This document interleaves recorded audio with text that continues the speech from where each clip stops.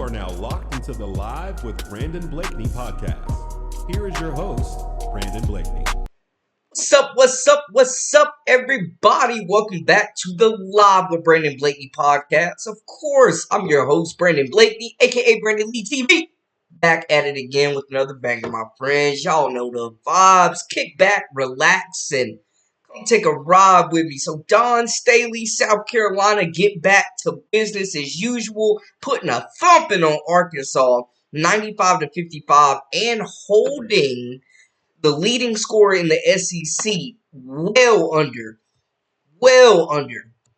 her season average, man. And this was the type of bounce back inspired basketball that you wanted to see from South Carolina after losing that last game, man. They came out aggressive, moving the basketball, and to prove a point, I will say the first half was a little slow and it took them a little while to get in rhythm.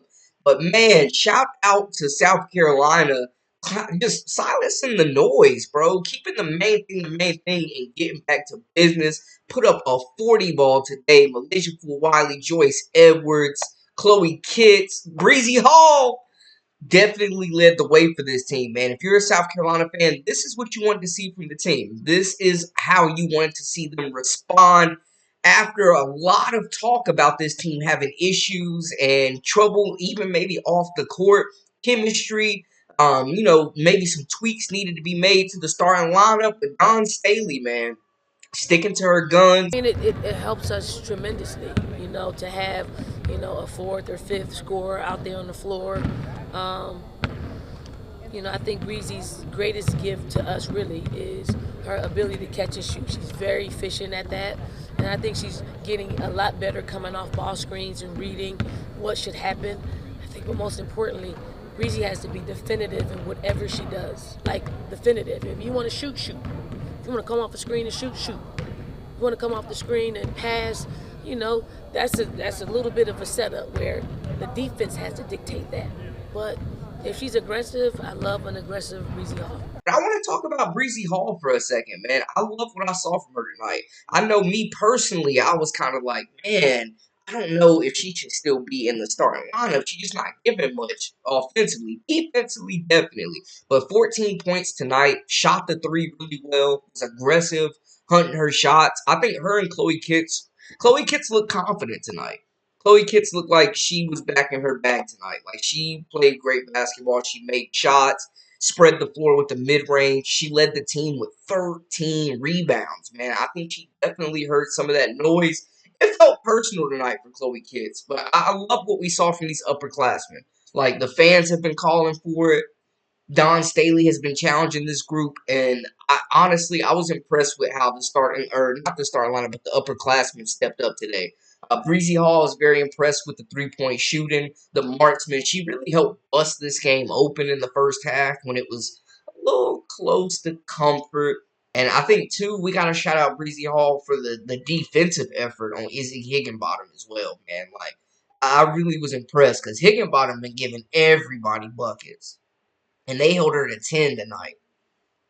And we seen Hall, man, she gets the toughest perimeter threat, like the top scoring perimeter threat, night in and night out. She's constantly battling. And she took that matchup with AZ Flood personal. After that, she was coming in to shut stuff down.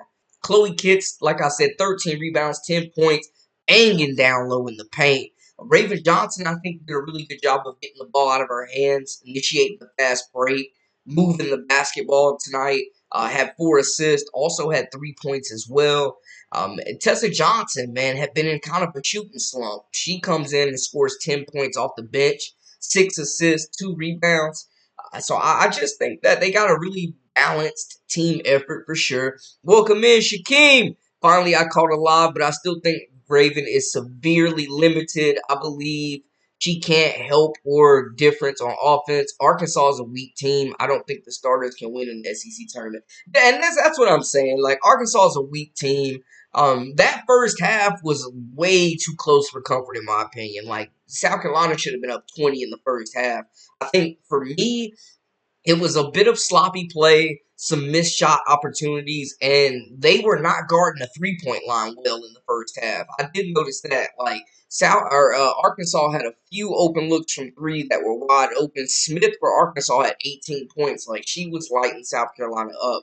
If Arkansas had any type of talent outside of Smith and Izzy Higginbottom, this game could have been closer in the first half. The dominant performance. Like I'm not gonna nitpick too much. Tessa Johnson, though, finally breaking out of that shooting slump, I think that was a good sign for her. They need her to be shooting the basketball to really spread the offense. Terry, welcome in. This is a team. It doesn't matter who starts after the first half of the game. Don plays matchups. Hey, absolutely, RC. Arkansas is terrible. Arkansas is terrible. I definitely got to acknowledge that. Arkansas is terrible, bro. They're definitely weak. South Carolina beating up on a sorry team. They should be proud. Jay Farr, welcome in. Welcome in. Some of the usual suspects.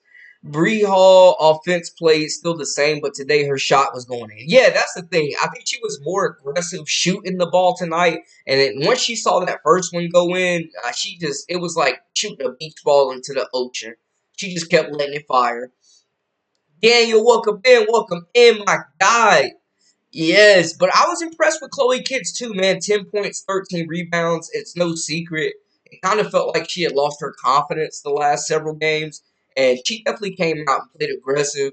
She did look kind of like sad on the bench after the fact, but I think maybe it's just her and Tina Powell had like the stone face. Like they knew this was supposed to be a blowout win. Like they're not satisfied with just beating Arkansas, but they handled business.